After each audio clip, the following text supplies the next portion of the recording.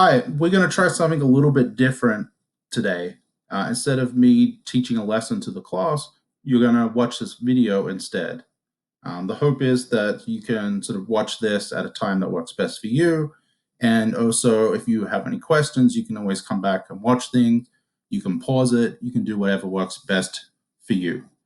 So with that, we are going to go ahead and get started. So this is session 3, unit 1. Today I want to teach you that people read differently when they write about their reading. This is why we have been working on our reading responses. Writers see more, notice more, and think more. When you read as a writer, you notice things others would pass by. Katherine Paterson, author of one of my favorite books, Bridge to Terabithia, wrote about watching a cicada shed its skin. It came off slowly at first, then it was almost as if the cicada bug had a waist-length zipper. The wings emerged, crumpled at first. Then gradually they spread, and as they watched, the cicada bug twirled like a circus acrobat, then flew off oblivious to the wake of wonder it left behind. You might be thinking, what does this have to do with writing about reading? Katherine Paterson is saying that writing helps people to see the small wonders that we might pass by, like the cicada. My point is, if you read a book knowing from the start that you are going to read this as a writer, you will notice more small wonders. Let's try it with Home of the Brave. Let's read this part as a writer.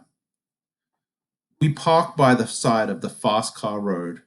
Walking through the snow is hard work, like wading across a river, wild with rain.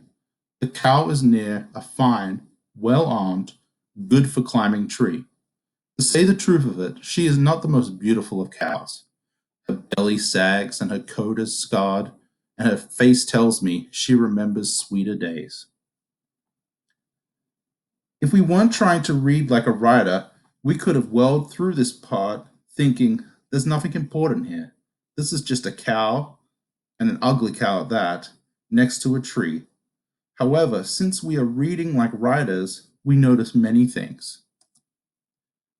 We notice, for example, that Keke feels sorry for the cow.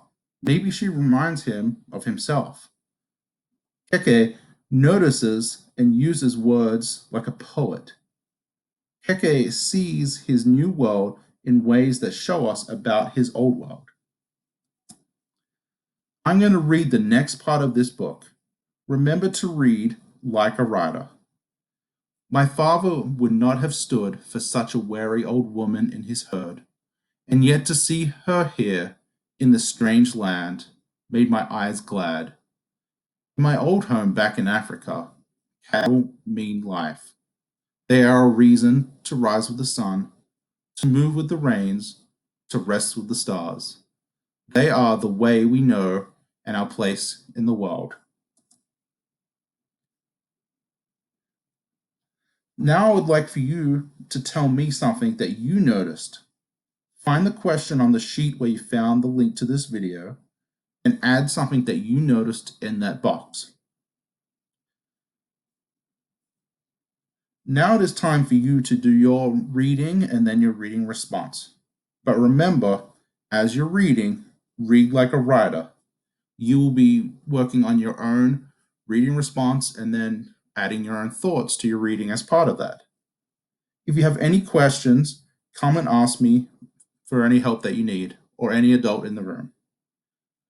You did a great job listening, and I hope that you find this helpful.